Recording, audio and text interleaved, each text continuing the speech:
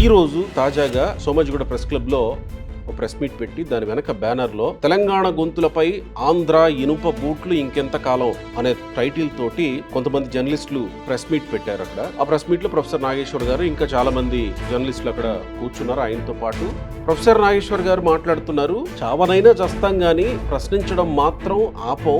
ఈ అంశం ముగిసిపోయింది అనుకుంటుండగా మళ్ళీ ఇంకో కొత్త టర్న్ తీసుకుంటున్న తీరు ఎట్లా అనిపిస్తుంది?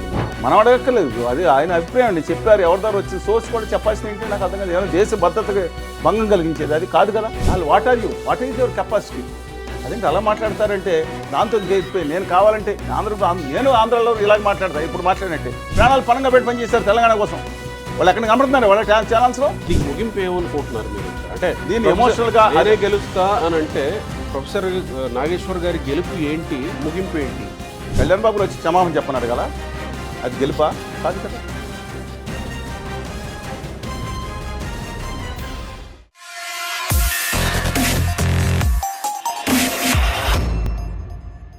నమస్తే, తెలుగు న్యూస్ కి స్వాగతం. ప్రొఫెసర్ నాగేశ్వర్ గారి ఇష్యూ దాదాపు సమసిపోయింది, ఇంకా ముగించినట్టే, అది ముగిసిపోయిన అధ్యాయం అని ఆయన నిన్న రాత్రి ఎక్స్లో ఒక పోస్ట్ చేసిన తర్వాత పవన్ కళ్యాణ్ గారు, ఆంధ్రప్రదేశ్ హోంమంత్రి అనిత గారు ఇక్కడ కేసులు అయినాయి కానీ ఇక్కడి నుంచి పోలీసులు అక్కడికి ఏం వెళ్ళలేదు, ప్రొఫెసర్ని అరెస్ట్ చేసే ఉద్దేశం కూడా లేదు, ఇలాంటి ప్రచారం ఒకటి జరుగుతుంది, ఎవరైనా ఇలాంటి ప్రచారం చేస్తే వాళ్ళ మీద చర్యలు తీసుకుంటామని హోంమంత్రి ప్రకటన కూడా చేశారు. సరే, ఇంకా నిన్న పవన్ కళ్యాణ్ మాట్లాడిన తర్వాత ఇది ఇంతటితో సమసిపోయిందేమో అని అనుకుంటుండగా ఈ రోజు తాజాగా సోమాజిగూడ ప్రెస్ క్లబ్లో ఒక ప్రెస్ మీట్ పెట్టి దాని వెనక బ్యానర్లో తెలంగాణ గొంతులపై ఆంధ్ర ఇనుప బూట్లు ఇంకెంత కాలం అనే టైటిల్ తోటి కొంతమంది జర్నలిస్టులు ప్రెస్ మీట్ పెట్టారు. అక్కడ ఆ ప్రెస్ మీట్లో ప్రొఫెసర్ నాగేశ్వర్ గారు ఇంకా చాలామంది జర్నలిస్టులు అక్కడ కూర్చున్నారు. ఆయనతో పాటు ప్రొఫెసర్ నాగేశ్వర్ గారు మాట్లాడుతున్నారు. చావనైనా చస్తాం కానీ ప్రశ్నించడం మాత్రం ఆపం.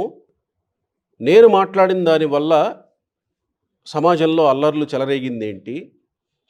నేను ప్రజా సమస్యల్ని ప్రస్తావించాను, నా మీద ఇలా చేస్తారా అనేది ఆయన ప్రశ్నిస్తూ ఉన్నది.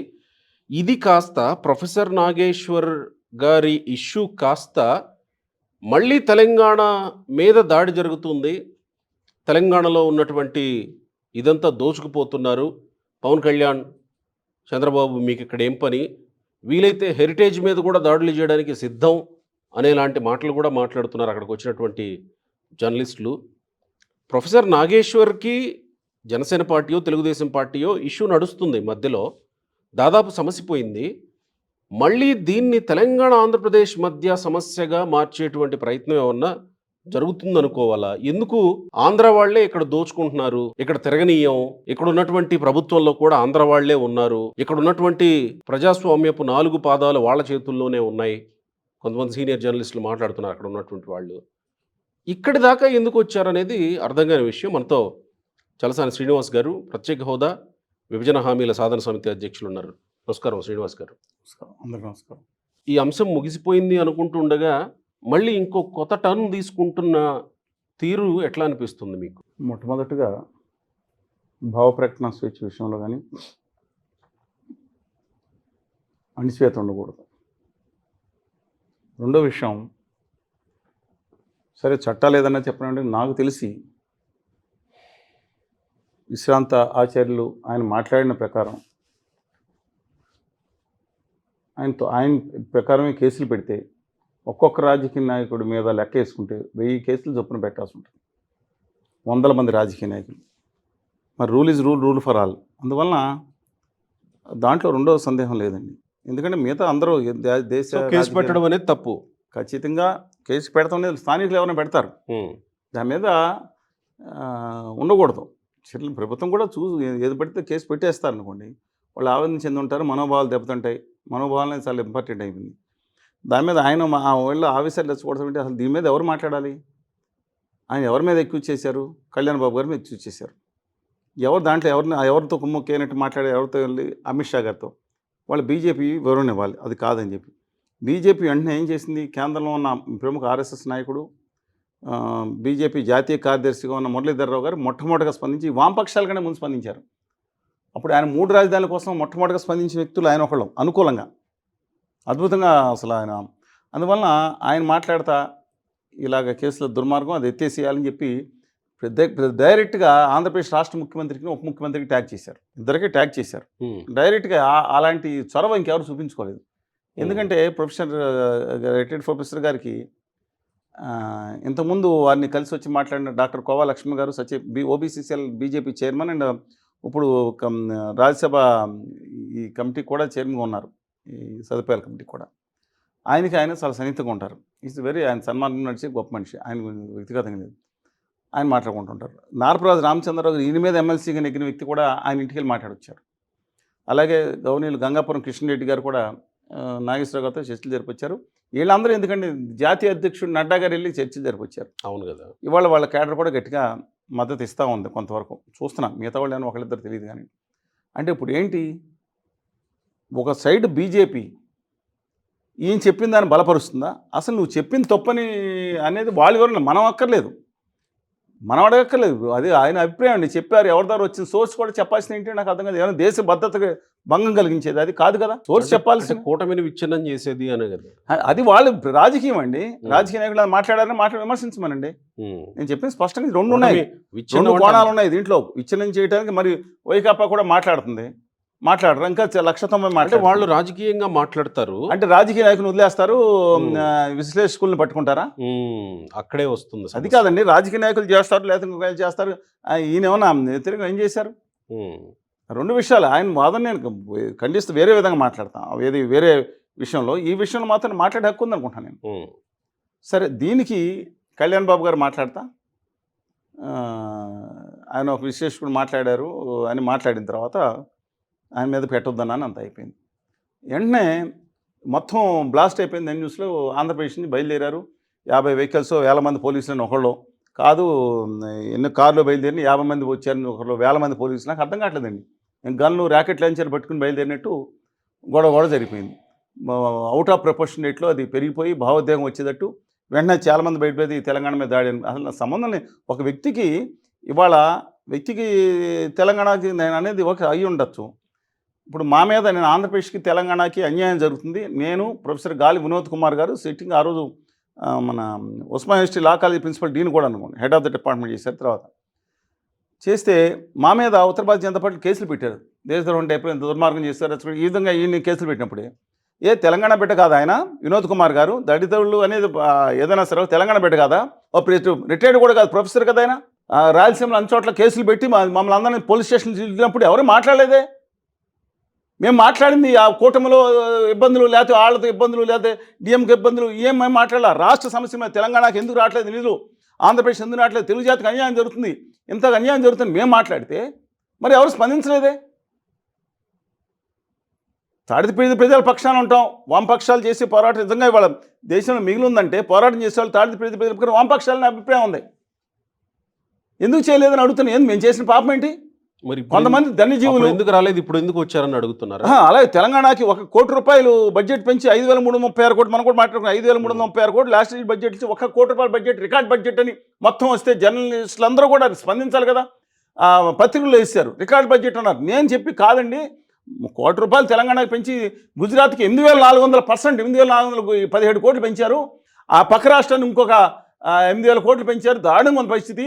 అన్యాయం జరిగిందంటే ఎవరు బయటకు రాలేదు. ఆ తర్వాత వీళ్ళు రావట్లేదు కదా. తెలంగాణలో పోరాటతత్వం ఉంది, ఒక ప్రజాస్వామ్య ఉద్యమ శక్తి ఉంది.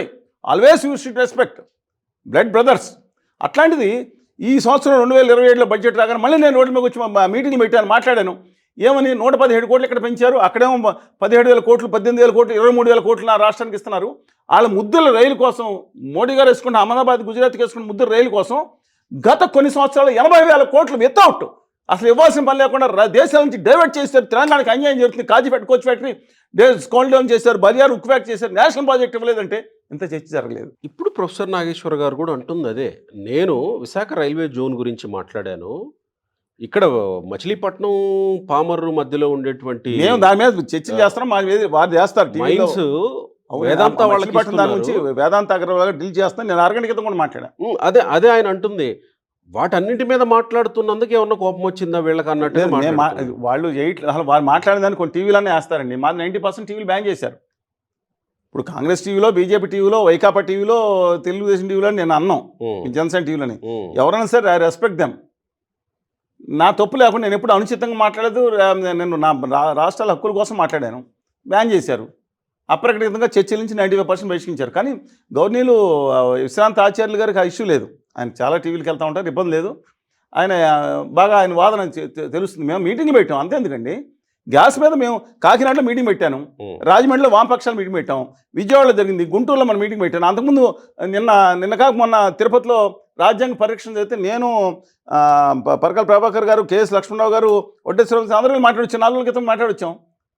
పైగా మహారాష్ట్రకి వెళ్ళి అక్కడున్న ఏదంటే మన బీపీసీఎల్ కాలుష్యకారక సంస్థను తరిమేస్తే ఇక్కడికి వచ్చి 50,000 60,000 కోట్లు ఆంధ్రప్రదేశ్ రాష్ట్ర ప్రభుత్వం సబ్సిడీ ఇవ్వండి కేంద్రానికి అని చెప్పి మాట్లాడదా మొన్న 4 రోజుల క్రితం వచ్చాం. అంటే మీరు ప్యూర్గా ఆ విషయాలు మాట్లాడకుండా కొన్ని రాజకీయ అంశాలు కూడా మాట్లాడితే బాగుండేదేమో.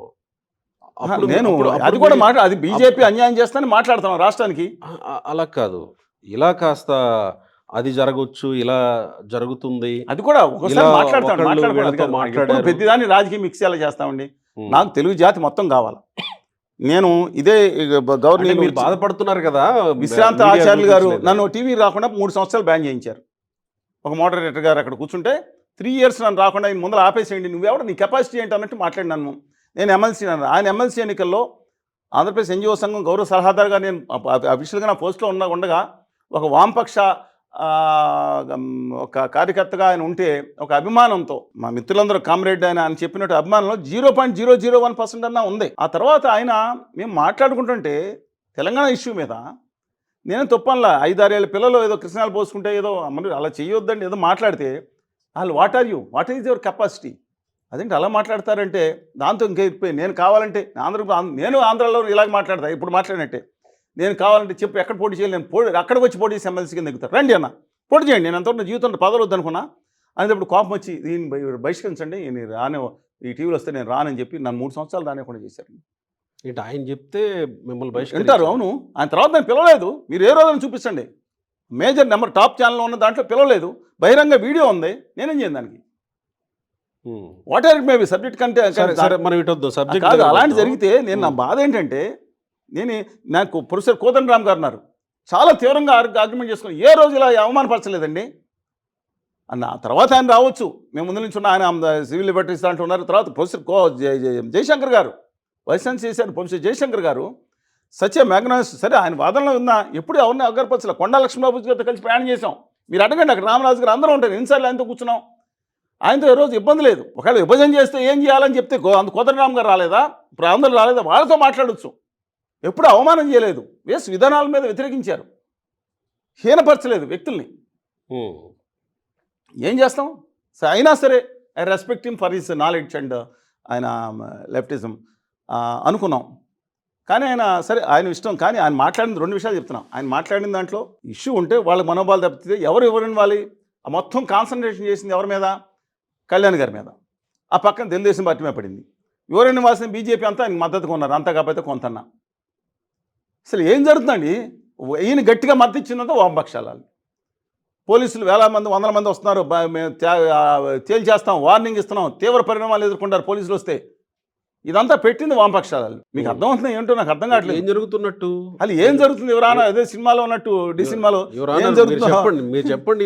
ఏం జరుగుతున్నట్టు అవతల వాళ్ళు తెలంగాణలో జర్నలిస్టులు ఉన్నారు. నిజంగానే చెప్తున్నా, ఆంధ్ర తెలంగాణ ఉద్యమాల్లో ఆంధ్రప్రదేశ్లో కొద్దిమంది జర్నలిస్టు అవమానాలు పడినట్టు, కానీ మిగతా కసితో పనిచేసింది చెప్పాలంటే ఖచ్చితంగా తెలంగాణ జర్నలిస్టులు అవుట్ అండ్ అవుట్గా చెప్తున్నాను. డెఫినెట్గా వాళ్ళు ప్రాణం పడంగా పెట్టి పనిచేశారు. అవును, కొంతమంది తప్పుగా మాట్లాడు, మిగతా వాళ్ళు నిజంగా కొంత అన్యాయం జరుగుతుందని ఉంది, కొంత మిగతా దేన్ని చేసుకున్నారు.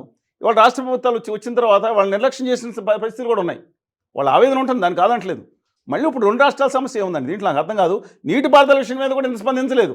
నాగార్జున సాగర్ మీద నీటిపారుదల విషయంలో ఎమోషన్స్ పెరిగి 2 పోలీసులు తలపడ్డారు. అప్పుడు ఇంత రాలేదు. ఒక వ్యక్తి గురించి రాష్ట్రాలు మిగతా ప్రాంతాల మీద లేదా మిగతా వాళ్ళ మీద మనుషుల మీద తరిమాడు. ఏంటండి భాష? నేను ఆ రోజు సమావేశం పెడితే నన్ను తిట్టిపోశారు. ఒక మాజీ విజయవాడ ఎంపీ గారు, మన్సూర్లు అనుకుంటా, నిన్ను ఆ బట్టలు చాలా తప్పుగా మాట్లాడారు నన్ను.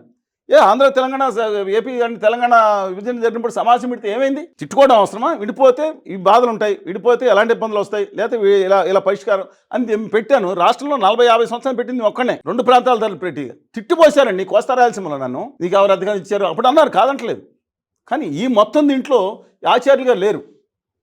అనేక మంది ఎంతమంది అండి, ప్రొఫెసర్ తిరుమల గారు ఉన్నారు, ప్రొఫెసర్ పిఎల్ విశ్వేశ్వర గారు, ప్రొఫెసర్ సింహాద్రి గారు, అలాంటి ప్రొఫెసర్ కదా, సిట్టింగ్ ప్రొఫెసర్స్ ఉన్నారు, ప్రొఫెసర్ రమేష్ రెడ్డి గారు ఉన్నారు. చెప్పాలంటే అనేక మంది ఆ రోజు ప్రాణాలు పణంగా పెట్టి పనిచేశారు తెలంగాణ కోసం. వాళ్ళు ఎక్కడ కనబడుతున్నారు వాళ్ళ ఛానల్స్లో? ఉద్యోగాలు కోల్పోయి ఇది దాన్ని ఏమంటారు, ఇంక్రిమెంట్స్ కూడా కోల్పోయిన వాళ్ళు కూడా ఉన్నారు. మా ఆంధ్రప్రదేశ్లో ప్రొఫెసర్ సదాశివరెడ్డి గారు ఉన్నారు, పోరాడి ఎస్కే యూనివర్సిటీ ప్రొఫెసర్. నాతో పాటు మా ఇంటలెక్చువల్ ఫోరంలో ప్రొఫెసర్ కొలుకుని ఇన్నాక్ గారు ఉన్నారు, చాలా గొప్ప మనిషి. విక్టర్ గారు ఉన్నారు. ఆ రోజు బాలమోహన్ దాస్ గారు చాలా వైస్ ఛాన్సలర్ చేసిన గొప్ప వాళ్ళు ఉన్నారు. సమస్యల నుంచి ఆహ్వానించేటప్పుడు అందరూ వస్తారండి వాళ్ళు. ఇప్పుడు ఇది ముగిసిన అధ్యాయం ఉన్న తర్వాత మళ్ళీ ఈ వ్యాఖ్యల్ని ఎట్లా చూడాలి? ఆయన ఇరాన్ అధ్యక్షుడు ఏమన్నారు మీకు ముందు చెప్పాను. ట్రంప్ దాకా వెళ్ళిపోయింది ఇష్యూ వల్ల. ట్రంప్ గారు ఇక మేము సెటిల్ చేసుకుంటాం, ఎప్పుడు మీరు యుద్ధం అంటే ఇరాన్ వాళ్ళు ఏమన్నారు, మీరు యుద్ధం మొదలుపెట్టారు, యుద్ధం ముగించేది మేము, గెలిచేది కూడా మేమే అన్నారు. ఆ మాట మళ్ళీ ఎవరు అన్నట్టున్నారు ఇక్కడ.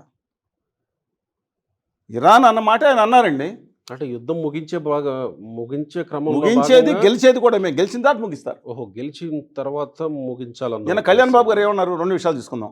ఇంకోటి కూడా చెప్తాను, మేము అరెస్ట్ చేద్దాం. అరెస్ట్ చేయడం ఏంటి అసలు? మొత్తం వాళ్ళు కళ్యాణ్ బాబు గారిని అందరూ విమర్శిస్తున్నారు. బట్ ఐ డోంట్, నేను ఆయన ఉత్తరాది సనాతనవాదిగా మారకముందు కానీ ఆనాటి అభ్యుదయ భావాలు ఉండగా డెఫినెట్గా నేను దమ్మున్న మనిషి అనుకున్నాను. ఆంధ్రప్రదేశ్ హోదా కోసం, విభజన హామీల కోసం నిలబడతాను, అమరణ దీక్ష చేస్తున్నారు, ఉత్తరాది అహంకారం నశించాలన్నారు. సచే వండర్ఫుల్ ఐడియాలజీ ఉందనుకున్నాం. సరే, డిస్పైట్ ఆల్ దీస్ థింగ్స్ వాళ్ళు నిన్న ఏపీ అడ్మినిస్ట్రేషన్లో మంచి పని చేశారు.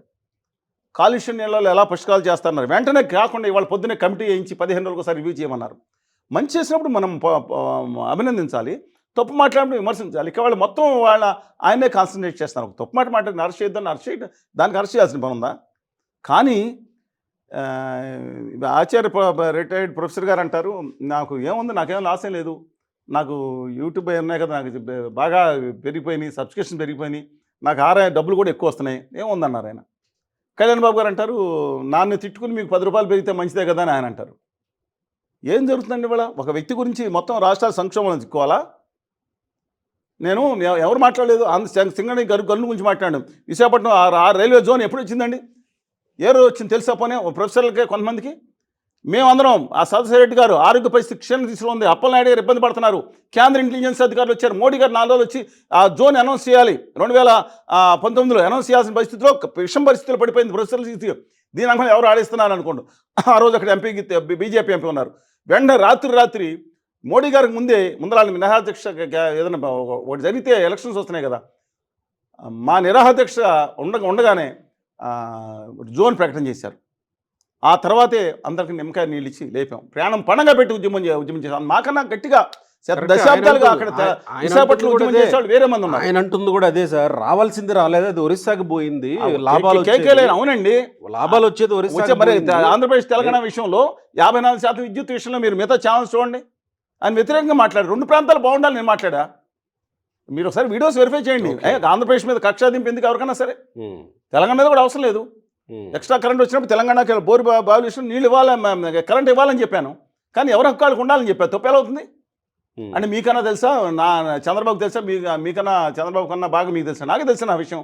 ఆయన చెప్పేవాళ్ళు చెప్పకపోవచ్చు, చర్చలు కూర్చున్నాం, అదే సరే, ఐ రెస్పెక్ట్ హిమ్. ఈ రోజు వరకు ఆయన తప్పుగా ఏ రోజు మాట్లాడాల, కానీ ఇవాళ దాన్ని తీసుకొచ్చి పక్కన కూర్చుని చంద్రబాబుకి ఇల్లు ఎందుకు ఉంది ముఖ్యమంత్రికి, నిన్న ఇంకొక పక్కన మాట్లాడి నన్ను 12 ఏళ్ళ నుంచి ఆంధ్ర పెత్తనం ఏం ఆయన మాట్లాడింది. ఆల్రెడీ కొంత ఆవేశంతో కొంచెం బాధతో ఉండే వాళ్ళని అర్థం చేసుకోవచ్చు, కొంచెం జర్నలిస్ట్ కానీ మిగతా వాళ్ళు కానీ ఉద్యమకారులు కానీ. ఈయన దాని మీద కిరసనాలు పోయటం ఏంటి? అంటే ఆయన మాట్లాడలేదు, ఆయన మాట్లాడారు నిన్న, ఇవాళ మగాపోవచ్చు, నిన్న మాట్లాడారు ఆయన. 12 సంవత్సరాల నుంచి అది ఇది అని మాట్లాడారు. పోలీసులు వచ్చారు, పోలీసులు వస్తే తెలంగాణ పోలీసులు వస్తే ఎందుకని అన్నారు. నేను అన్నాను, ఏమో మరి మురళీధరరావు గారు వస్తున్నారో, నడ్డా గారు వస్తున్నారో, కిషన్ రెడ్డి గారు వస్తున్నారని సెక్యూరిటీ అరేంజ్మెంట్స్ చేసి ఉంటారు, బీజేపీ నేతలు వస్తున్నారేమో అని అనుకున్నాను నేను. ఆంధ్ర పోలీసులు అంటే ఎక్కడే వచ్చారండి, వాళ్ళందరూ 100 మంది బయలుదేరారు, వాహనాలు లైవ్లో నిమిషానికి న్యూస్లు ఏం చేశారు? దాని గురించి ఎమోషన్స్ ఎందుకు? ఆయన్ని అరెస్ట్ చేసే సిద్ధాంతం ఉంటే డెఫినెట్గా నేను కనుక హైదరాబాద్ వెళ్తే ఖచ్చితంగా అడ్డుపడతాం. ప్రజాస్వామ్య భావ ప్రకటన స్వేచ్ఛని ఎందుకు అడ్డుకోవాలి? ఏంటి ఆయన ప్రొఫెసర్ బూత్ మాట్లాడారు, ఎస్ నాగేశ్వర్ గారిని అరెస్ట్ చేస్తుంటే మీరు ఖచ్చితంగా. అడ్డుపడతారు. ఆయన చేసిన తప్పు ఏంటన్నా నేను, ఓకే. వాట్ ఎవర్ పాయింట్ మనం మాట్లాడాలండి. ఎందుకని ఉమ్. లక్షాతం ముందల రాజకీయ నాయకులందరూ అరెస్ట్ చేయండి ఫస్ట్. అసలు అరెస్ట్ చేయమని కదా వాళ్ళు అంటుంది. చేస్తే ఏపీ అంటున్నాను. ప్రభుత్వం. చేస్తే పరిస్థితులు వస్తే ఓకే. మనమే ఆయనే దాని గురించి దాని భావోద్వేగాలు తెచ్చుకోవాల్సిన పని ఏంటి? Of course. వన్ సైడ్ చెప్పడం చేసిన పరిస్థితి నాకు అర్థం కావట్లేదు. అమరావతి మీద ఆయన ఏం మాట్లాడారు? అమరావతి ఆయనకు విమర్శించే హక్కు ఉంది. ద్వేషం తప్పు సమాచారం చెప్పే ఉంటే సవరించుకోవాలి. ఆ అమరావతి 70,000 ఎకరాలు లేదా 8,000 ఎకరాలు అన్ని 4 పంటల భూమి 20 పంటల పండే భూమిని కొంతమంది మాట్లాడుతున్నారు. వాస్తవాలు మాట్లాడదు కదా, చర్చ పెట్టండి ఇప్పుడున్నా. నేను 2 విషయాలు మాట్లాడారు. దీనికి ముగింపు ఏంటి? 2 విషయాలు మాట్లాడారు. నేనే గెలుస్తా, నేనే ముగిస్తా. తెలుగుదేశం పార్టీ ఆయనకి వైకాపా కండు వేయటం, అఫీషియల్స్ కార్యాలయాలు పెడతాం కూడా తప్పండి. అలా వాటి మీద దేర్ కన్సర్న్ అవ్వు. ఓకే. అది కళ్యాణ్ గారు బీజేపీ మధ్యన కూటమి అనేది వచ్చింది. ఆయన తెలుగుదేశం వెళ్ళి అరెస్ట్ చేయాలని చెప్పలేదు కదా. సరే పెట్టారు, ముందుకు వచ్చారు. కానీ ఆయన మాట్లాడిన దాంట్లో ఆయన తీసుకున్నది ఏంటంటే 2019లో చంద్రబాబుకి వల్లభన నుంచి కూడా తప్పుకుంటే ప్రతిపక్ష హోదా పోతుంది, 18 తగ్గుతాయి కదా అని గంటాపదంగా 2 కొండలు బదులు కూడా చెప్పారు. మళ్ళీ 24లో వచ్చేటప్పటికి 11 సీట్లను ఇవ్వాల్సిందిగా జగన్మోహన్ రెడ్డి గారికి మాట్లాడారు. ప్రతిపక్ష హోదా ఎక్కడుంది చట్టంలో అన్నారు. 2 ఆయన మాట్లాడారు. ఒకసారి ఓవర్ ల్యాపింగ్ అవ్వచ్చండి, నేను మాట డినైయింగ్ దట్. ఇది వీళ్ళు తీసుకున్నారు. పెద్దానికి విమర్శిస్తున్నారని పాపం అన్యాయంగా కొంతమంది ఉన్నారు. తెలకపల్లి రవి గారు ఉన్నారు, ఆయన కూడా భయంకరంగా ట్రోల్ చేస్తే తప్పండి. అభిప్రాయాలు నచ్చపోతే ఆయన అమరావతి అంటే వేరు. ఇప్పుడు నేను అమరావతికి కట్టుబడి ఉన్నాను, కానీ అన్ని ప్రాంతాల వాళ్ళకి అక్కడ సమానమైన హక్కు ఉండాలి. బడుగు బలహీన వర్గాలు కూడా ఎకనామికల్ వీకర్ సెక్షన్ కూడా అక్కడ నివాసం ఉండే అవకాశం ఉండాలని కోరుకున్నాం. దాని మీద తిడుతున్నారు మెదవాడు. దట్ మీన్ సమాంతరంగా ఇచ్చేప్పుడు ఇందుప్పుడు అభిచ్చేమన్నా అమరావతి బాగుండాలని కోరుకుంటున్నాం. అంటే అక్కడ కూడా విమర్శించే వాళ్ళు ఉన్నారు. దీనికి ముగింపు ఏమనుకుంటున్నారు మీరు? ఇంకా అంటే దీన్ని ఎమోషనల్గా అదే గెలుస్తా అని అంటే ప్రొఫెసర్ నాగేశ్వర్ గారి గెలుపు ఏంటి, ముగింపు ఏంటి? అంటే మరి కళ్యాణ్ బాబు వచ్చి క్షమాపణ చెప్పన్నాడు కదా, అది గెలుపా? కాదు కదా. ఆయన ప్రజా సమస్యల మీద మాట్లాడుతూ ఉన్నారు, మాట్లాడాలి, తప్పులేదు. కానీ యుద్ధాలేంటో అదేంటో ముగింపు ఏంటో విశ్వరూపం చూపిస్తున్నారు. నా విశ్వరూపం చూస్తారన్నారు. ఎల్నిలో విశ్వరూపం చూపిస్తున్నట్టు ఇప్పుడు అది కాదండి. అలా నాకు అర్థం కావట్లేదు. సరే డైలాగ్స్ కొంచెం ఎమోషనల్గా వచ్చింది, హీరో వర్షిప్ వచ్చింది. ముగింపు ఏం కనపట్లేదా మీకైతే? ముగింపు అయిపోయింది. యాక్చువల్ మళ్ళీ ఆయన మొదలుపెట్టారు. నిన్న సాయంత్రమే కళ్యాణ్ బాబు గారు చెప్పారు, ఈయన కూడా ముగింపు అయిపోయింది ప్రకటించారు కదా. అవునండి, సోషల్ మీడియా మీద నిన్న వెళ్ళి డీజీపీ గారిని కలిసి వచ్చారు. పోలీస్ సెక్యూరిటీ ఉన్నా సరే సోషల్ మీడియా కూడా అడ్డుకోండి అని. సోషల్ మీడియా మీద భయంకరంగా దారుణంగా మనం తిడతా ఉంటారు. నేను కేసులు కూడా పెట్టున్నాను. 2017లో 2020 జనవరి 15 పెట్టాను. 2025 జనవరి 15 5 సంవత్సరాల తర్వాత మళ్ళీ రిపీట్ చేసి వచ్చాను పాలకొల్లు పోలీస్ స్టేషన్లో. యాక్షన్ తీసుకోండి, వీళ్ళ మీద అరెస్టులు చేయమని చెప్పలా, వాళ్ళని కంట్రోల్ చేయండి. బూతులు తిడతా సొంతాన్ని దారుణంగా మాట్లాడతారు. మరి వాళ్ళ మీద చర్యలు ఉండవా? అడ్డంగా విద్వేషాలు రెచ్చగొట్టిన వాళ్ళ మీద చర్యలు ఉండవా? నేను మాట్లాడేది నా రాష్ట్రం లేదా తెలంగాణ రాష్ట్రం, నా తెలుగు జాతి హక్కుల గురించి మాట్లాడుతున్నా. అదే మెయిన్ పాయింట్. దాంట్లో పరుషంగా మాట్లాడి ఉండొచ్చు, నాట్ ఇండివిజువల్ కదా. ఇదేముందండి, ఎవరి గొడవలు ఉన్నాయి, ఎవరికేమన్నా. కేసీఆర్ గారు ఇంతకాలం జరిగింది. కేసీఆర్ గారు నేను చర్చలు కూర్చున్నాం, తప్పుగా అనుచితంగా మాట్లాడాను. దాసో శ్రవణ్ గారు ఒక ఫైర్ బ్రాండ్, చాలా పరుషంగా చాలా ఒకసారి మాట్లాడేవారు. Even today that's entirely different. Telangana సమాజం పోరాటతత్వం ఉంది. అన్ఫార్చునేట్ ఏంటంటే మెయిన్ కాన్సన్ట్రేషన్ ఏం చేయాలి, తెలంగాణ జరుగుతుంది దారుణమైన అన్యాయం. 12 బడ్జెట్లో ముగింపు చెప్తున్నా, 12 బడ్జెట్లో దారుణమైన అన్యాయం ఉంది. కలిసి ఫైట్ చేద్దాం. తెలుగు జాతికి అన్యాయం జరుగుతుంది. ఒక తెలంగాణ ముఖ్యమంత్రి ఇంతకుముందు ఎంపీ ఢిల్లీకి వెళ్ళి హిందీలో మాట్లాడుతుంటే క్యా హిందీ హే తెలంగాణ అని హేళన చేస్తే మంత్రులు, అప్పుడు ఇంత స్పందన ఎందుకు రాలేదంటున్నా నేను. ఒక ఎంపీ రిప్రజెంటింగ్ ఎంపీ ఇన్ పార్లమెంట్లో మై తెలంగాణకి లియే బోల్ హిందీ సరిగ్గా రాకపోవచ్చు, ఉర్దూ మిక్సింగ్ ఉండొచ్చు, హేళన చేస్తారా ఒక మంత్రి తెలంగాణ అని పేదం పెట్టి? అప్పుడు ఇంత రాలేదే. తెలంగాణకి బడ్జెట్లో అన్యాయం పైన అధ్యాయం జరుగుతుంది. ఆంధ్రప్రదేశ్కి అయితే నమ్మద్రోహం జరిగింది. 13 కోట్ల మంది తెలుగు జాతి ప్రజలు ఎవరి అస్తిత్వం వాళ్ళు ఉండాలి. నాకు ఆ రోజు చాలా బాగా వచ్చింది. జర్నలిస్టులు కానీ మిగతా వాళ్ళు కానీ ప్రాంతాలుగా విడిపోదాం, మనుషులుగా కలిసి ఉందాం. ఇది అంతిమం అండి. అందశ్రీ గారిని తెలుసుకుని గోరెటి వెంకన్న గారితో మాట్లాడాను రోజు. ఏమండి మీరు ఆ రొయ్యలను పదరా తీసేసానన్నా అన్నాడు. అందశ్రీ గారు గొప్ప మనిషి. నేను చెప్పాలంటే అండి, కవులు కళాకారుల దగ్గర నుంచి దాసిరి రంగాచారి గారు, ఆయన దగ్గరికి వెళ్తే వాళ్ళ భార్యకి 60 పుట్టినరోజు ఆయన షష్టిపూర్తి చేశారు. భార్య ఆయన తీసుకుని గొప్ప వాళ్ళందరూ ఉన్నారు. అద్భుతమైన పోరాటతత్వం ఉంది. మంగపండు గారు కూడా నాకు ఆంధ్రప్రదేశ్. కానీ తెలంగాణలో జర్నలిస్టులు కానీ కవుల్లో కానీ ఒక చైతన్యవంతమైన పోరాట నేను అన్నట్టు మిగతా ప్రాంతాలను కానీ నేను ఉద్యమంలో చూశాను కాబట్టి. రైట్. అందుకని ఒక ఒక పెద్ద ఇది ఒక వ్యక్తి చుట్టూ తిరుగుతున్న వివాదం. ఆ కేసులు తక్షణం అంటే మనం ఉపసంహరించుకొని ఎవరో పెట్టుంటారు, ఎవరు పెట్టారో తెలీదు. ఉపసంహరించుకోవాలి. నోటీస్ వస్తే సమాధానం చెప్పొచ్చు. మాకు నోటీస్ ఇచ్చారు, తప్పులేదు. మనం తెలుగు జాతి ఉన్నతంగా ఉండాలి. ఒక ఏదైనా సరే ఎవరికి అన్యాయం జరగడానికి వీల్లేదు. Let us hope for the best అండి. అంతేగాని రైట్. ఇంకా ఎమోషనల్ పెట్టుకుని మళ్ళీ ప్రాంతాల మధ్య దీన్ని వివాదంగా మలుచుకుని ఆయన దాన్ని పక్కన కూర్చుని ఎలా దట్స్ అప్ టు హిమ్. ఈ wants to become a KCR గారు తగ్గిపోయారు కాబట్టి ఆ పొజిషన్లో కానీ వెళ్ళాలి అనుకుంటే దట్స్ అప్ టు హిమ్. దానికి చాలా మార్గాలు ఉన్నాయి. Let us wait and see. ఆయన అంతిమంగా నేను కోరుకునేది ఆంధ్రప్రదేశ్కి తెలంగాణకి మిగులు జలాల విషయంలో అధ్యాయం జరుగుతుంది. నేను ఢిల్లీ వెళ్ళాం, మీటింగ్లు పెడుతున్నాను. అందుకని అది దాని మీద ఉద్యమించాలి, మిగతా వాటిని ఉద్యమించాలి. పైగా ఆయన్ని కొంతమంది బాడీ షేమింగ్ చేస్తాను. అబ్సల్యూట్లీ రాంగ్, నాన్ సెన్స్ అండి. తగ్గించుకోవాలని చెప్పి కూడా కోరుతా ఉన్నాను. రైట్. నమస్కారం. Thank you.